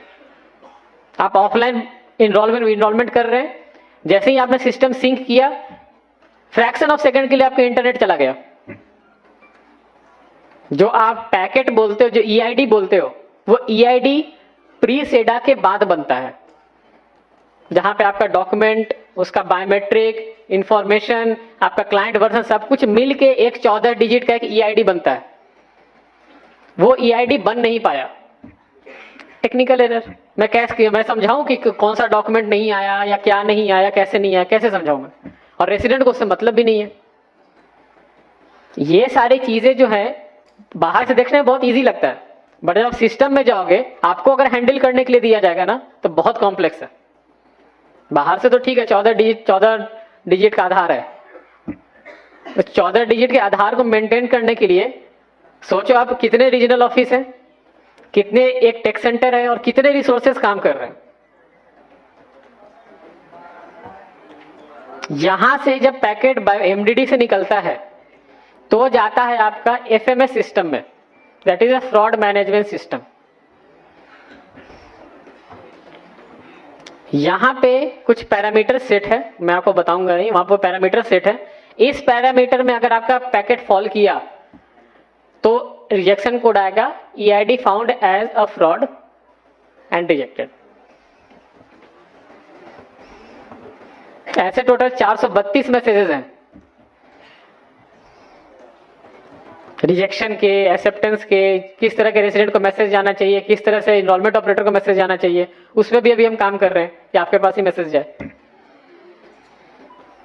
तो ये सारे जो टेक्निकल चीजें हैं, ये आपको ग्राउंड पे नहीं पता होता। आपको लगता है कि नहीं, मेरे पास एक इनरोलमेंट करना है या अपडेट करना है, आया रेसिडेंट, जानकार ही होता है, कर देते हैं। जानकार भी हो तो बोल देते हैं कर दो ना, कोई दिक्कत नहीं है, 85 रुपये तो जाएगा, 100 रुपये तो जाएगा।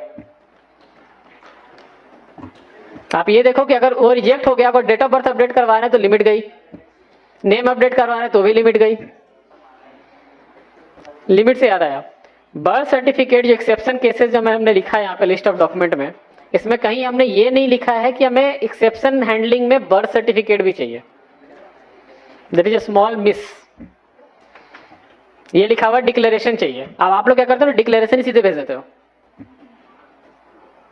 डिक्लेरेशन के साथ हमें वो बर्थ सर्टिफिकेट भी चाहिए, तो वो जाएगा एक्सेप्शन में, वो क्यूसी पास होगा, उसको रीजनल ऑफिस वहां से उसको पिक करेंगे और वो फिर बैकएंड से बैक लिस्टिंग होकर आपका आधार जनरेट होगा।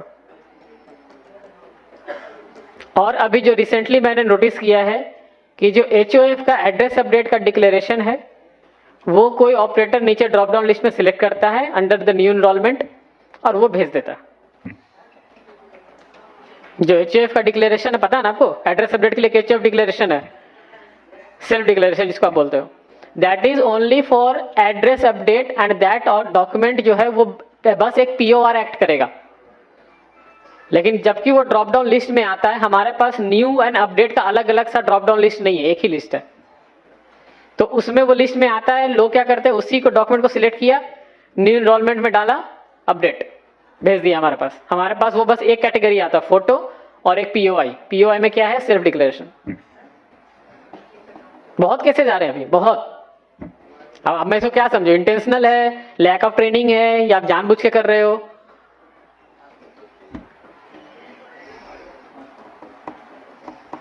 तो ये एक कॉमन सिनेरियोज थे और जो मेरा एक्सपीरियंस था वो मैंने आपको शेयर किया है। इसके अलावा अगर आपके पास कुछ क्वेश्चंस है तो हम उसको डिस्कस करेंगे one by one. Data hold नहीं होता है, डेटा MDD में होल्ड होता है। MDD में टोटल 4 प्रोसेस है, आप सुनो, MDD में टोटल 4 बैच के प्रोसेस चलते हैं, ठीक है। उस 4 बैच के प्रोसेस में 4 ऑटोमेटिक है और 4 मैनुअल है।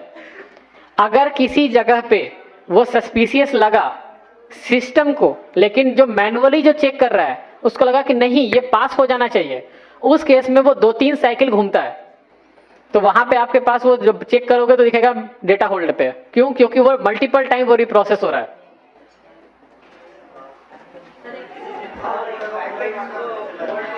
एक वन बाय वन, आप कोई माइक देंगे प्लीज? एक minute, one by one, we will go one by one. आप पहले हाथ उठाइए, उसके बाद माइक लीजिए, उसके बाद बोलिए। मेरे पास आवाज नहीं आ रही है यहाँ पे।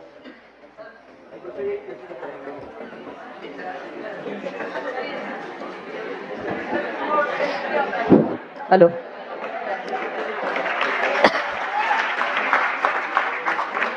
हाँ बताइए sir. Please maintain silence, please maintain silence first. Sir जब एनरोलमेंट करते हैं, सर मैं इधर एनरोलमेंट करते हैं, एक बंदे की मशीन है, उसमें वो बंदा एनरोलमेंट करता है, उसमें एनरोलमेंट लिखा हुआ आ रहा है enrolment got rejected due to technical reason. जब एनरोलमेंट स्लिप को अपन पोर्टल से चेक करते हैं तो वह लिखा हुआ आ रहा है मिसमैच रिलेशनशिप। एग्री होता है। पर क्यों सर- होता है? जी आपको नहीं पता क्यों होता है? नहीं। किसी को पता है रिलेशनशिप मिसमैच क्यों होता है?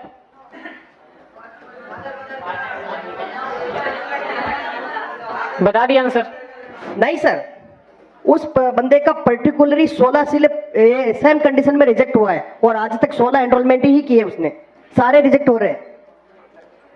वो HOF बेस्ड एनरोलमेंट है? नहीं, मोबाइल नंबर अपडेट हो रहा है सर। मोबाइल नंबर अपडेट है? Only mobile number update sir. एक मिनट, मेंटेन साइलेंस।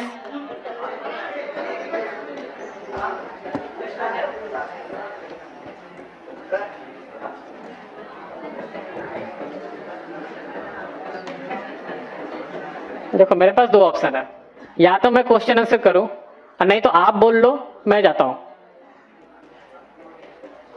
मेरे पास नॉलेज है, इंफॉर्मेशन अगर आपको चाहिए तो ठीक है, नहीं चाहिए तो जैसे सिस्टम चल रहा हो चलता ही रहेगा, कुछ भी कर लो, आप सुधार नहीं सकते।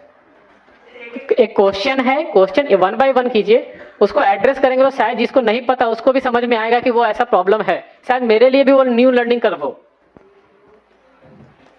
एक साथ क्वेश्चन पूछोगे तो ना मुझे समझ में आएगा ना मैं किसी का आंसर दे सकता हूं।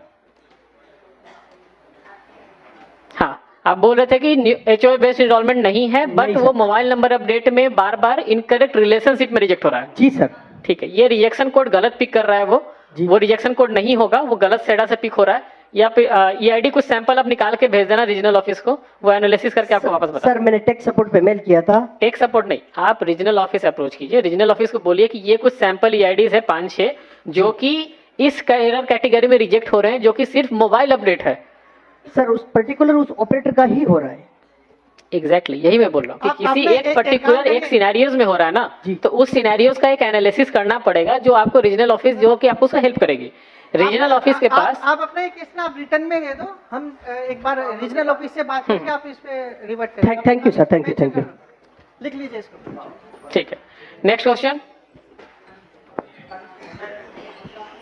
माइक दीजिए उनको। एक minute. Hello hello, please maintain silence. नमस्ते सर, मैं Nagpur Maharashtra. Maintain silence please. सुनो, आराम से, अगर क्वेश्चन आंसर होना है तो सब लोग शांति से बैठेंगे, जो बोलेगा वो बोलेगा। एक आदमी है, हाथ उठा दो, देख लेता है, एक एक करके पहुंचेंगे। 500 में सबको मौका नहीं मिलेगा, 2 4 10 सवाल जरूर ले लिए जाएंगे, जिसका ज्यादा रिलेवेंट है वो अच्छा है, बट किसी सवाल पे सबको हल्ला करने की कोई जरूरत नहीं। सुनो, इसीलिए है क्योंकि सीखने के लिए और समझने के लिए बुलाया गया है। जो तुम्हारे इश्यूज हैं वो सुन रहे हैं, समझ रहे हैं। जो यहाँ सॉल्यूशन नहीं होगा वो सॉल्यूशन हम नोट करवा करके बैकएंड से बात कर लेंगे, बट एक एक कर करके बोलो। सब बोलोगे तो कुछ भी नहीं होगा। जी हाँ बताइए। सर, ये कह रहा सर, मैं नागपुर महाराष्ट्र से हूँ। मेरा क्वेश्चन एड्रेस चेंज से रिलेटेड है। एड्रेस चेंज में पहले son of, daughter of, care of, इस तरह के 3 ऑप्शंस आते थे। आजकल सिर्फ केयर ऑफ का ऑप्शन आता है। बिल्कुल, क्योंकि तो हमने वो ऑप्शन हटा दिया है ECMP से ही, क्योंकि अब जो डॉटर ऑफ, जो केयर ऑफ सेक्शन है, उसको हम उसी में एक ही में इंक्लूड कर रहे हैं जी। अगर आप लिखोगे डॉटर ऑफ समथिंग, तो वो आप आधार को ना एज ए PO और डॉक्यूमेंट आप इस्टेब्लिश कर देते हो। तो वो हमारे लिए कभी कभी ऐसे केसेस आते हैं जहाँ पे कि बोला जाता है कि ये आधार है, इसमें मेरे फादर का नाम है, लिखा है डॉटर ऑफ, सन ऑफ, तो आप इसको एक्सेप्ट कर लीजिए जी। ये जब प्रॉपर्टीज के जो ट्रांजेक्शंस होते हैं ना, वहाँ पे बहुत वाइटल रोल होता है, इसीलिए हमने उसको स्टैंडर्डाइज करके केयर ऑफ सेक्शन कर दिया है। दैट विल नॉट सिग्निफाई कि वो डॉटर ऑफ है, सन ऑफ है या क्या है, जस्ट केयर ऑफ, सबके लिए सिंपल एक रूल। जी सर, दिक्कत इसमें होता है ना, महाराष्ट्र में क्या होता है, first name, middle name, last name होता है, तो उसमें दिक्कत नहीं होती। कुछ लोग MP साइड से आते हैं, उसका नाम होता है अशोक कुमार और पिता का नाम होता है मुकेश कुमार, तो वो लोग साथ में नहीं लिखते, वो नाम में फर्स्ट नेम में लिखते हैं अशोक कुमार, और फिर नीचे में सन ऑफ का ऑप्शन होता था, तो वहाँ मुकेश कुमार, फिर एड्रेस स्टार्ट होता था। तो अभी साथ में लिखने के लिए उसके पास डॉक्यूमेंट नहीं होता, उसके पास सिर्फ मुकेश कुमार का ही डॉक्यूमेंट रहेगा, पापा का नाम साथ में ऐड नहीं रहता उसके डॉक्यूमेंट में।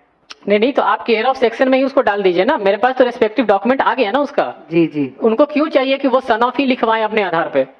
तो क्योंकि वो नाम के साथ ऐड नहीं होता ना उनके पापा का नाम, वो साथ में सिर्फ फर्स्ट नेम और कुमार ऐड करवाते हैं बस। एग्जैक्टली वही मैं बोलना चाह रहा हूँ कि जो रेसिडेंट के इस पॉइंट ऑफ व्यू से सोच रहे हैं, आप आधार के पॉइंट ऑफ व्यू से सोचिए कि अगर मैंने ये लीनियंसी दी, तो कल को कोई भी जो नेम अपडेट होता है, वो नेम अपडेट भी कोई एक ID प्रूफ दिखा के वो कर लेगा।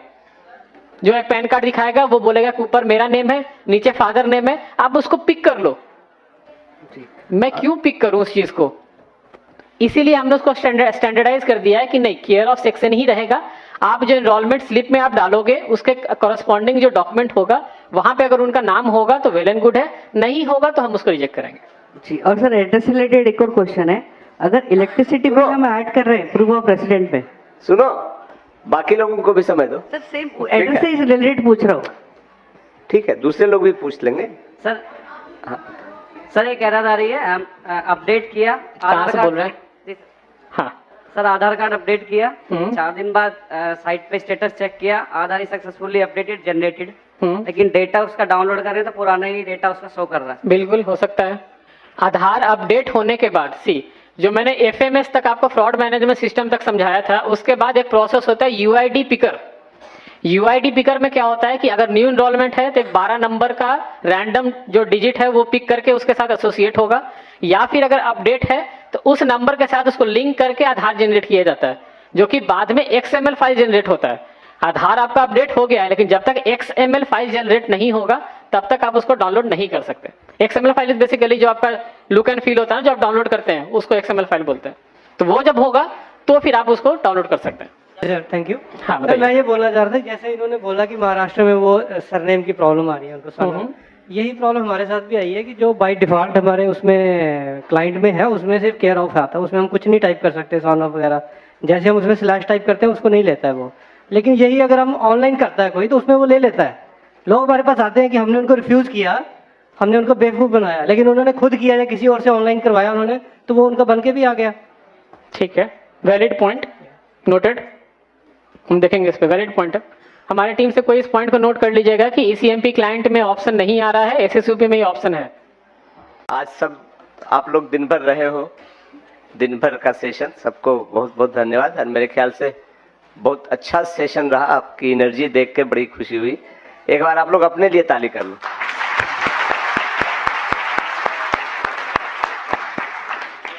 आज जो पर्पस था मेरे ख्याल से काफी हद तक सर्व हो गया। यूआईडी की टीम जो यहाँ आई है और जिस तरह से उन्होंने सब एक्सप्लेन किया है, उसके लिए हमारी तरफ से वो विशेष रूप से धन्यवाद के पात्र हैं। उनके लिए भी हम स्वागत करते हैं। और आपने सुना, पर्पस यही था कि आप रोज गांव में लोगों के आधार अपडेट करने के काम से जूझते हो, उनके बहुत सारे सवाल आते हैं। कोई डॉक्यूमेंट आप नहीं करते हो, कुछ कहते हो कि ये नहीं हो सकता है, तो वो आपसे सवाल करते हैं। आप किससे सवाल करोगे? तो हमने इसीलिए सोचा था कि यूआईडीआई यहाँ जो है वो इसकी पूरी ऑथोरिटी है। और आप ये समझते हैं कि 134 करोड़ लोगों के इतने सारे डेटा वो रखते हैं, उसके आधार पे वेरीफाई करते हैं और फिर बताते हैं कि सही है कि गलत, और उसमें कोई एरर नहीं होना चाहिए। एक गलती और उनके सिर पे लोग डंडा बजाना शुरू करते हैं कि गलती कैसे हो। इसलिए उनको ये सिस्टम बनाना है। उनको जहां भी डर लगता है, जहां भी शक होता है कि हाँ ये गड़बड़ हो सकता है, वहां वो सेफ खेलते हैं, ना कर देते हैं। आज आपके सवाल हम देख रहे थे, सबके जो बीच में मरमरिंग और सबके रिएक्शन थे वो देख रहे थे। सबका एक ही था कि आपके जो सवाल है, जो लोग सवाल आपसे करते हैं, जब आप कह देते हो कि ये नहीं हो सकता, वो आप चाहते हो कि इनसे बताएं। बट वो ये भी बता रहे थे कि क्यों करें। हेड ऑफ इंस्टीट्यूशंस लिखा हुआ है। हेड ऑफ इंस्टीट्यूशंस हिंदुस्तान में लाखों की संख्या में, और कोई रिकॉर्ड नहीं जिससे ये वेरीफाई हो कि हाँ वो ज्ञान माध्यमिक विद्यालय है, तो वो सच में वहां ज्ञान माध्यमिक विद्यालय है या नहीं है। तो वैसे को कैसे करें? अभी उन्होंने सर्टिफिकेशन का एक नया सिस्टम शायद शुरू करने की बात थी, आई कि नहीं, कि अब जो सर्टिफाई करेगा, जो वेरीफाई करेगा, वो भी अपना आधार देगा, ताकि वो पहले वो वेरीफाई कर ले कि वो आदमी सच में है कि नहीं, या सही नाम से। तो वो भी अब 7-8 करोड़ तो रोज अटेम्प्ट होते हैं उनके पास। तो इसलिए उनको भी समझिए, और इसके अराउंड जो सेंसिटिविटी है वो आदमी का प्रूफ है कि वो इंडिया में है। इसलिए उसने कहा कि अब जब सब आधार हो गए हैं बड़े लोगों के, तो अब नए आधार कहाँ से आ रहे हैं? या तो वो कहीं से आया हुआ इलीगल माइग्रेंट है, या कुछ और कारण से हो गया, नाम बदल रहा है। तो इनके जो कंसर्न है वो समझिए। और चूंकि आप आधार यूआईडीआई के रिप्रेजेंटेटिव हो, आप गांव में रहते हो, गांव वालों के रिप्रेजेंटेटिव हो, सही बात है, उसके लिए आप आधार से सवाल कर रहे हो, बट गांव में आप आधार के रिप्रेजेंटेटिव हो, उनको बताना। हम ये बिगिनिंग है, हम यहाँ आपसे शुरू किए हैं। हमने अब प्लान किया है कि राज्य स्तर पे भी ये करेंगे। आरओ से आपका इंटरेक्शन बढ़ाए। जैसे उन्होंने कहा कि कुछ कुछ सवाल हैं जो आप हमारे लोगों से पूछोगे तो कुछ नहीं मिलेगा, सीएससी का जो स्पॉक है उससे कुछ नहीं मिलेगा, क्योंकि उसको नहीं पता। आरओ में आप सवाल करवा लो, आरओ बताएगा। तो जी, आरओ से संपर्क, हाँ, हम वही कर रहे हैं कि अब ये एक नेशनल वर्कशॉप करवाया, इसके बाद हम स्टेट लेवल पे कोशिश कर रहे हैं, और फिर आगे करके डिस्ट्रिक्ट और जोनल लेवल पे भी करवाएंगे, चाहे इंटरेक्शन बढ़े। हमारा पर्पस और आधार का के यूआईडीआई का पर्पस एक है। आप भी चाहते हो कि आप सही काम करो, जिससे कि एक्शन ना हो, बदनामी ना हो, सस्पेंशन ऑफ वर्क नहीं हो। आधार भी यही चाहता है कि गलत नहीं हो। उसने दिखाए, आशीष ने वो दिखाए सारे कि जो जो किस तरह के अपलोड होते हैं, और ये हमारे ही कुछ लोगों ने किया। कपड़े का उतार दिया और 20 साल की लड़की का फोटो और 81 साल का दिया, वो तो पता चलता। तो ऐसे कुछ लोग करते हैं, बट जो सिस्टम की रिजिडिटी होती है वो सबको होती है। बट ठीक है, अब हम उस रास्ते पे हैं जहां हम कोशिश कर रहे हैं कि इंफॉर्मेशन एक्सचेंज हो, हम लोग आपस में बात करें, एक दूसरे के कंसर्न को समझें, और फिर मिल करके एक ऐसा सिस्टम बताएं। आप गाँव वालों को बताओ, अपने लोगों को बताओ कि भैया ये नहीं हो सकता, जो होता है वो कर लो, जो नहीं होता है उसके लिए अलग प्रोसेस। और वो जो उसने एक बात कही थी, जरूर देना, कर देते हैं शायद हो जाए, इस चक्कर में मत पड़। ये नहीं, हाँ हाँ बच्चे, हाँ किसका फोटो अपडेट?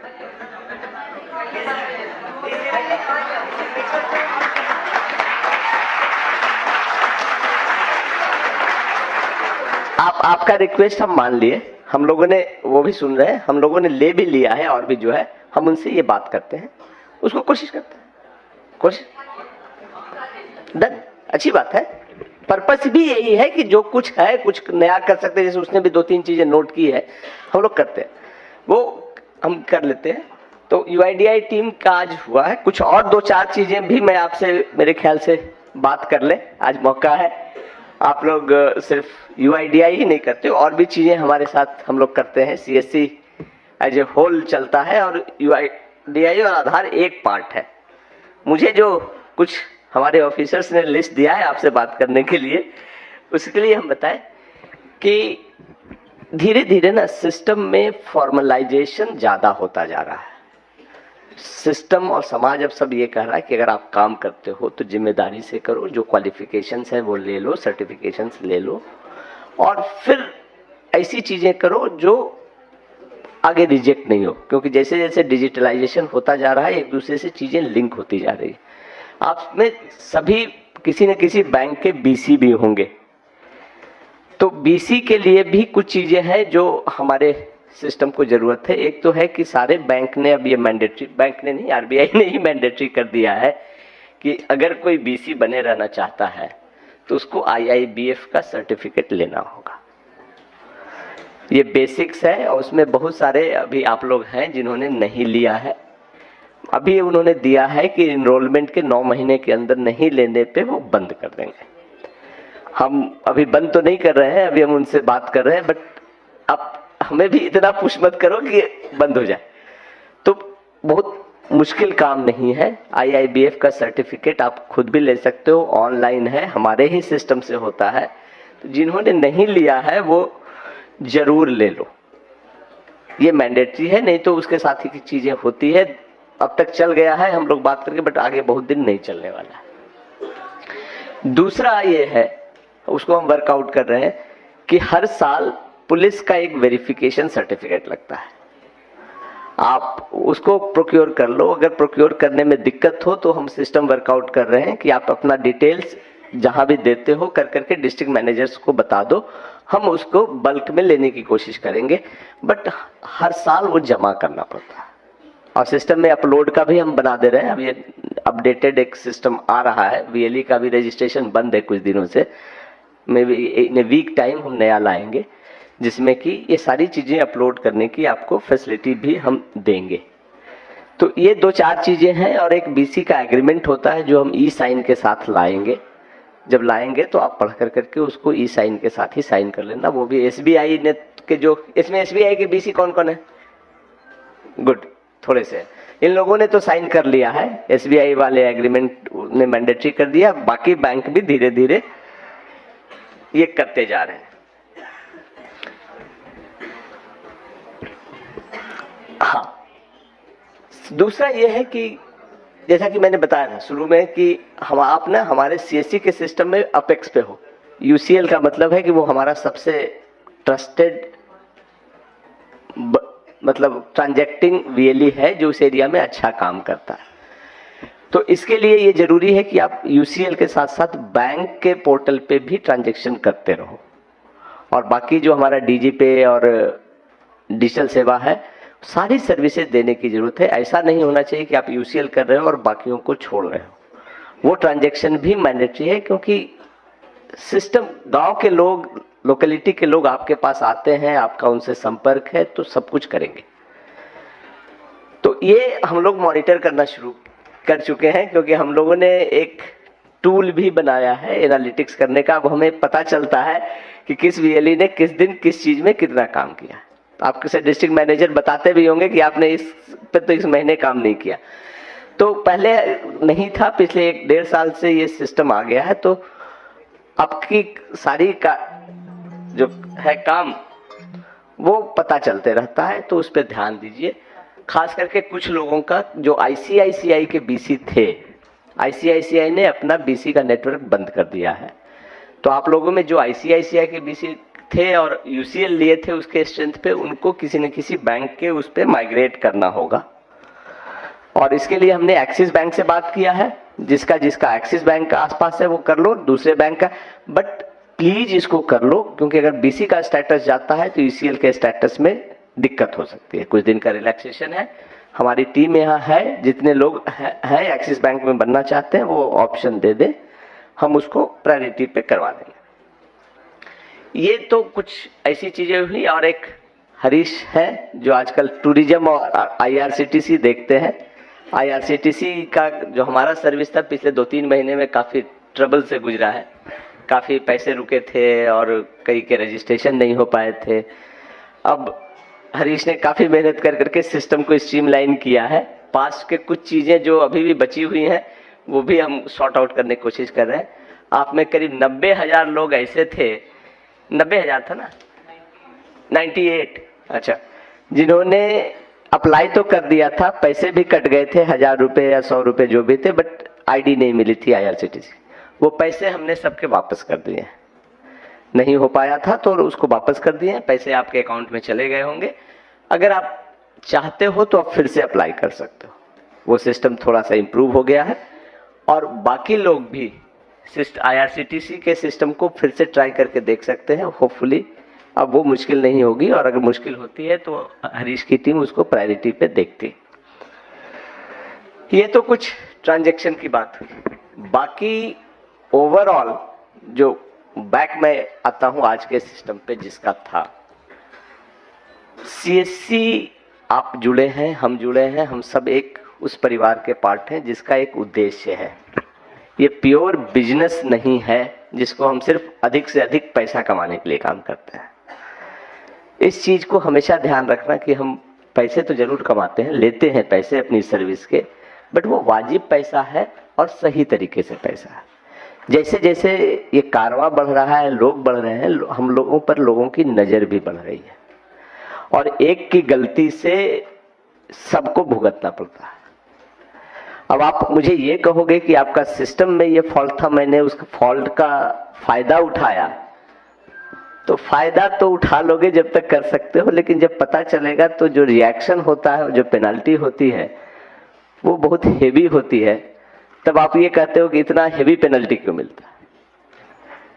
ये दोनों सिस्टम समझ में नहीं आता, क्योंकि जब कर रहे थे तब ध्यान रखना, हम एक दूसरे के बीच वो ट्रस्ट का रिश्ता है। हम आप पे विश्वास करते हैं, आप हम पे विश्वास करते हो, और अगर कोई ट्रस्ट ब्रीच करता है और फिर ये कहे कि आपके सिस्टम में फॉल्ट था, मैंने एक्सप्लॉइट किया, तो ये तो ठीक बात नहीं है। तो फिर जब मुझे पता चलेगा तो मैं कार्रवाई करूँ। मैं 2 केस बताता हूँ। पहला केस बताता हूँ, एक दिन हमने आपको अपने पेमेंट गेटवे से वैलेट रिचार्ज के लिए इवन क्रेडिट कार्ड से बिना किसी फी के अलाउ करवाया है, शायद सबको पता होगा। ये हमने बैंकों से विशेष रूप से बात कर करके ये करवाया था, हमारे रिलेशनशिप को यूज करके। अब पंजाब में किसी ने क्या किया कि क्रेडिट कार्ड पे तो 40 दिन के बाद क्रेडिट होता है, तो मार्केट में अगर 40 दिन का उधार लेंगे तो 1 से 1.5% का मिल जाता है। उसने 1 हफ्ते के अंदर शायद 32 करोड़ रुपए हमारे सिस्टम से क्रेडिट कार्ड से वैलेट चार्ज करके निकाल लिए। जब हमारे सिस्टम में ये पता चला तो हमने उससे पूछा, तो उसने कहा कि साहब वो तो मैंने कैश निकाले 1% पे घुमा दिया। वो 32 लाख रुपए वो तो कमा गया, बट हमारे पूरे सिस्टम को वो डैमेज कर दिया। अब उसको तो खैर हमने कुछ नहीं किया, सिस्टम में बैंक से हमने बात की, ये छोटी बात हमें लगा है, बड़ी बात उसने कमा लिए। पीएमजी दिशा में आंध्रा के आईडी ने हिमाचल में बैठ कर करके एग्जाम करा लिया।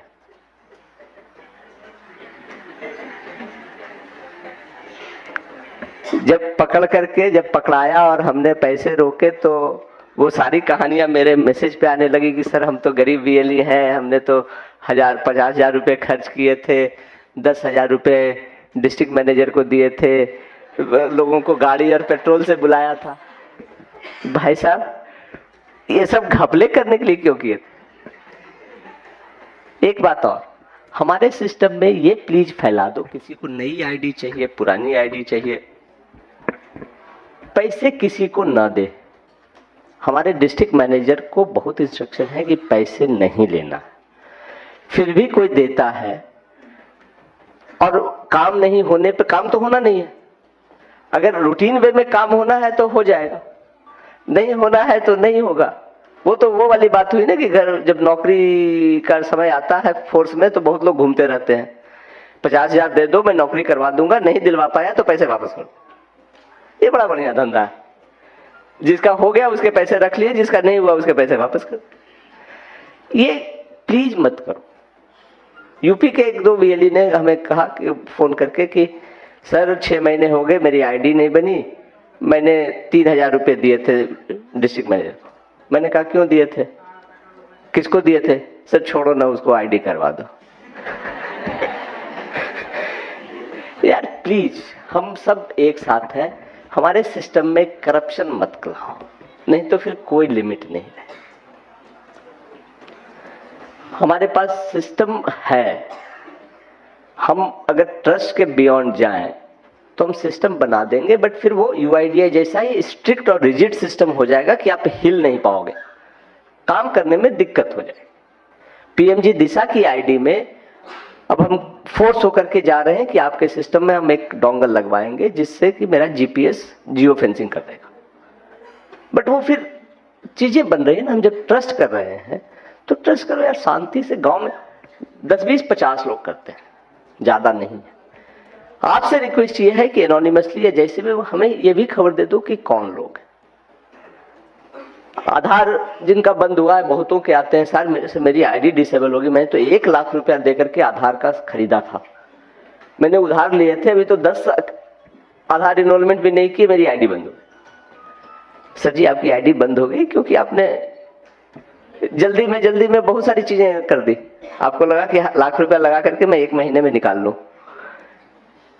ये सब मत करो। जो चीजें हम ये कोशिश करते हैं कि वीएलई को, अब हम पूरी तरह से करें कि वीएलई को पूरी जानकारी दें, रिस्क की जानकारी दें, इन्वेस्टमेंट हो रहा है, और उसके बाद काम करें। तो आपसे यही रिक्वेस्ट है कि आप यहां से जाओगे। आज सब बुलाने का पर्पस भी था कि हम लोग इंटरेक्शन करें। अभी डिस्ट्रिक्ट लेवल पे भी हमारे वर्कशॉप चल रहे हैं, हम आपसे आपके सिस्टम की जानकारी शेयर करेंगे, प्रोसेसेस की जानकारी शेयर करेंगे। वो करो जो जेन्युइन है। आप टेक्निकली जानते हो, कुछ लोग आप में काफी टेक सेवी हैं। एक अभी केस हम इन्वेस्टिगेट कर रहे हैं जिसमें कि किसी ने वेबसाइट के थ्रू आधार के सिस्टम में करने की कोशिश कर रहा है कि हम यहाँ बैठे, मशीन यहाँ है, कोई दूसरी जगह से ला करके उसकी आईडी अपलोड करने की कोशिश की जा रही। किसी ने हमें खबर दी, तो अभी हम, तो ऐसे जो है, अगर आपके पास दिमाग है, आपके पास नॉलेज है, हमारे पास आ जाओ यार, हम अच्छा सा काम दे देंगे तुमको। सीएससी में हमेशा ही अच्छे लोगों की जरूरत है, बट अगर उसको आप कुछ एक्स्ट्रा कमाने के लिए सिस्टम को सबवर्ट करने की कोशिश कर रहे हो तो इतना ध्यान रखना, सिस्टम इतना बड़ा है कि आपको पकड़ लेगा।